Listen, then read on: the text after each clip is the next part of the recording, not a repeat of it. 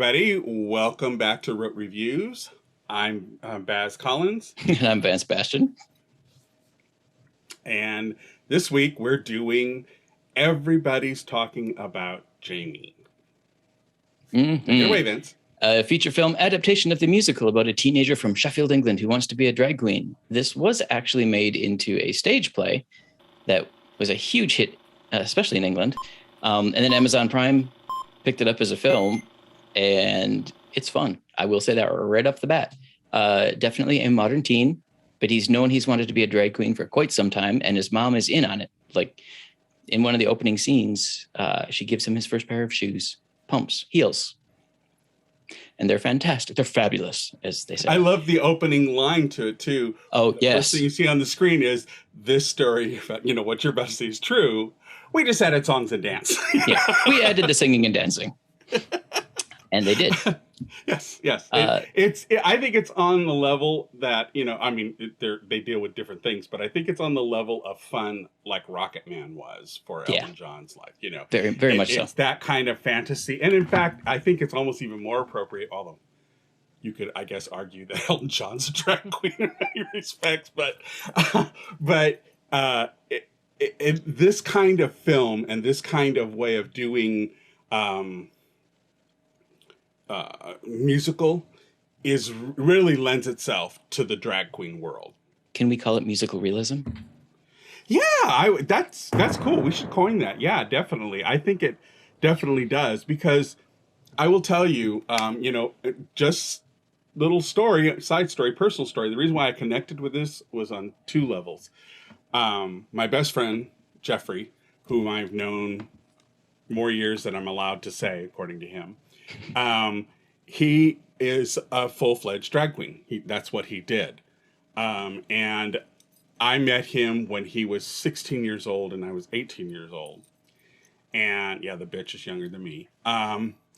And he, so much of what this was about, I had lived. And even going back further, when I started having my burgeoning gay boy kind of things, I fully identified. I used to put on Thelma Houston's Don't Leave Me This Way, and it was a full-on stage musical. My mom used to tell people that when I went into our music room, I would be in there for hours a day, dancing and singing and running around in a room.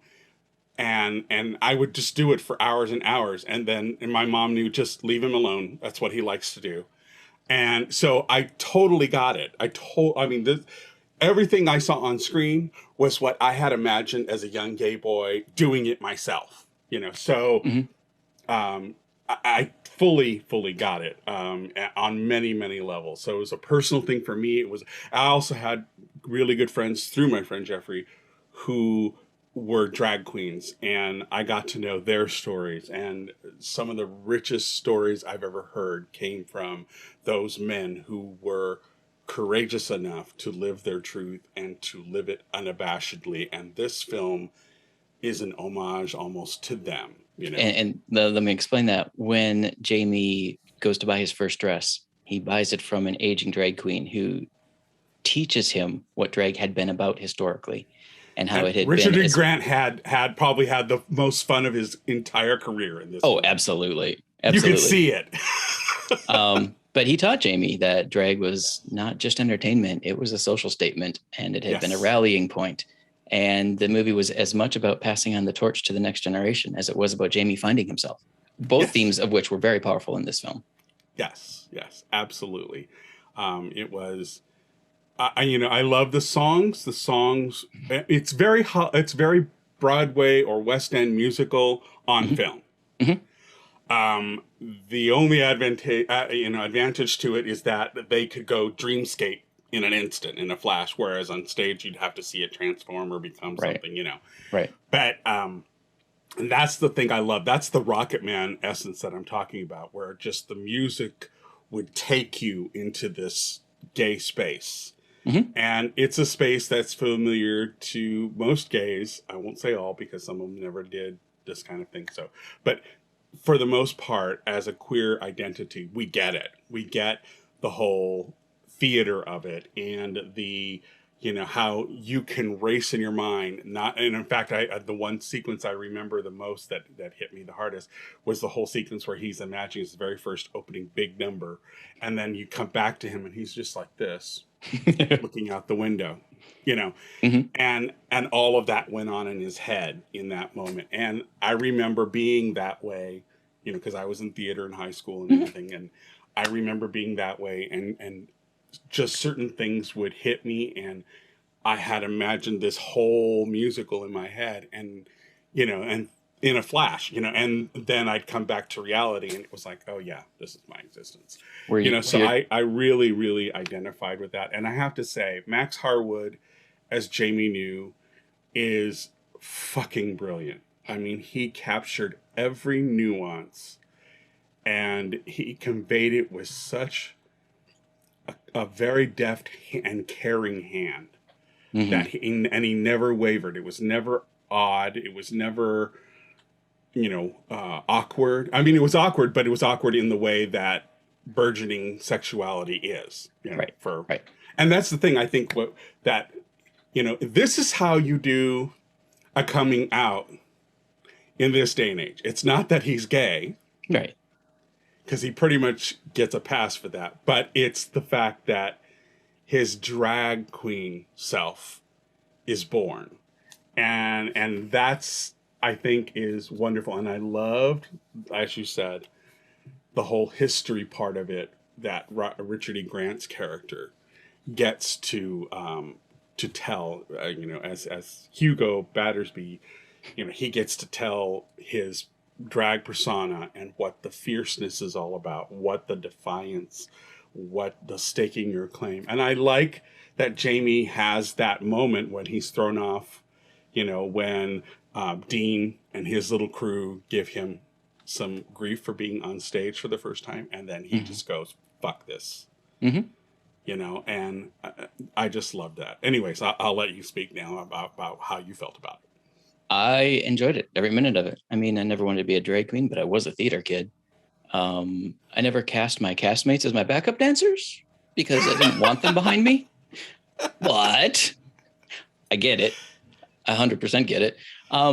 What I loved most, though, were the people in Jamie's life. And, he's a teenager. There are moments where he is trash to his best friend because he is so confused he doesn't know who he is.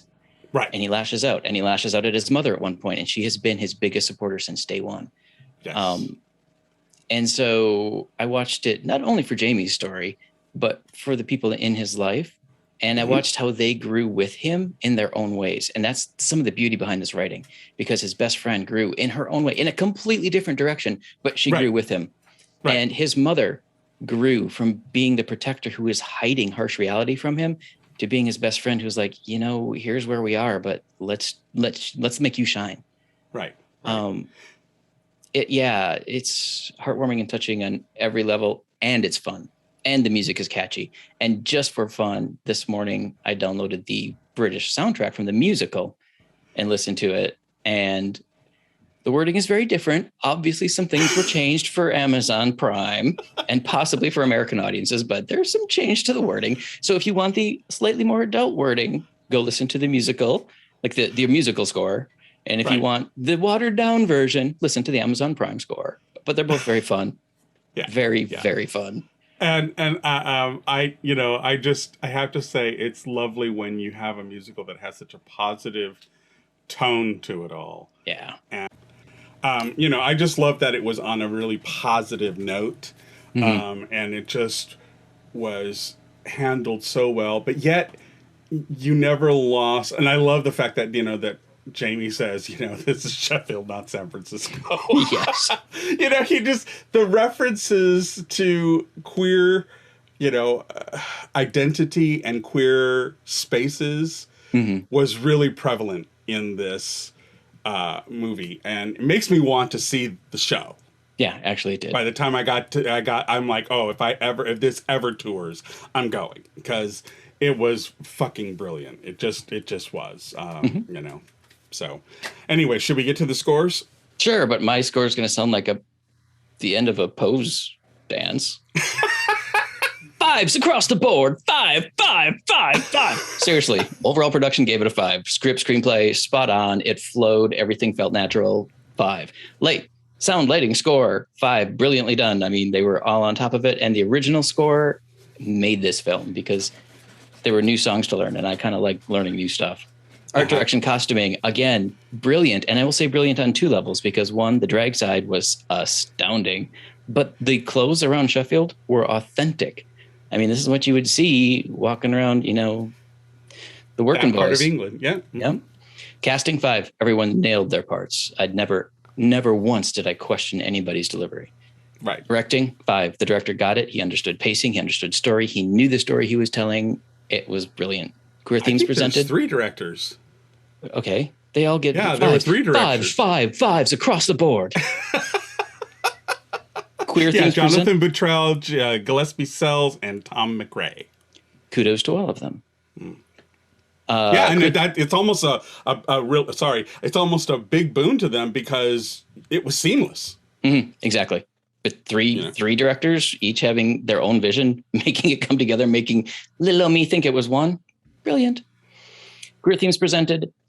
5, but it didn't really go into relationship stuff at all. So it wasn't about that. It was about a young man, finding himself and finding his place in the world.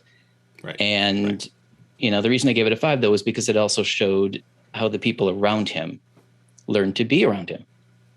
So personal overall rating, 5. Give that movie a trophy. I definitely agree. I concur. It's 5 across the board for me as well. The one thing I will tell people is to definitely watch the credits. Yes. Because you get to see actual video of Jamie in real life. Yep. And Jamie's mom in real life. Yes. Going through what they went through, and you get to see it in video clips, and it's brilliant. It gives it such a level of realness to see that they almost lifted some of the moments in the real person's life and they lifted it and just elevated it for the film. That was brilliant. And plus you have to see it for Richard E. Grant because he loves playing queer men. He's done it several times. Yep. But you could see the joy in his face. He reveled in the fact that he got to be as wildly flamboyant as he wanted to be, and yet as fierce and fearless as he wanted to be. Right, and as vulnerable. Yeah, he had the most touching scene in the entire film, and I'm not going to spoil it, but he did. He showed the biggest emotional range of anybody in this film. Right. Brilliant cast. So mine's 5s as well. That's it for this week. We hope you enjoyed our rambling but cheering, jazz handy kind of review of it because it is a brilliant film, and it's nice because you can watch it with the family. There's nothing wild going on. If you love musicals, if you love and I know Vance had was hoping it wasn't going to be Glee 2.0, but it wasn't. It was its own thing, right? And it's just a lovely film. I plan on showing it to my mom, and I know my mom, my sister, and my aunt will end up crying while they watch it because, they also know Jeffrey, and so they know the journey that he went through and stuff. So there's going to be a personal attachment to it. In fact, I've got to call him and go, hey, yo, bitch, I got one for you if you haven't watched it. You know what? You should set up a watch party with him and your mom and sister. Oh, that's true. I should do that.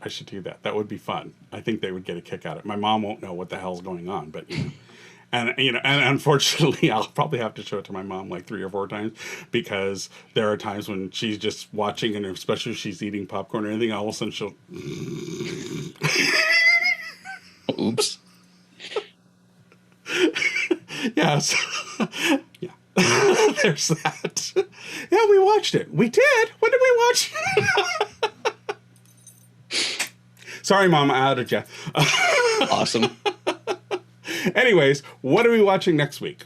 So next week, we are going to see a foreign film called Los Fuertes.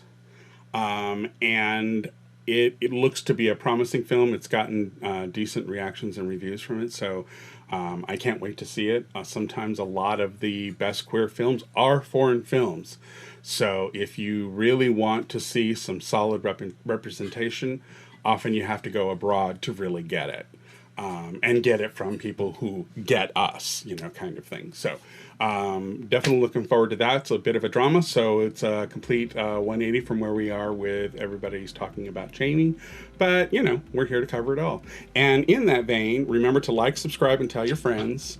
And comment down below if there's a movie you want us to review. And we'll definitely take a look at it and put it within our schedule. Okay? Mm-hmm. So until next week, I am Baz Collins. And I'm Vance Sebastian. Saying we'll see you at the movies. Bye.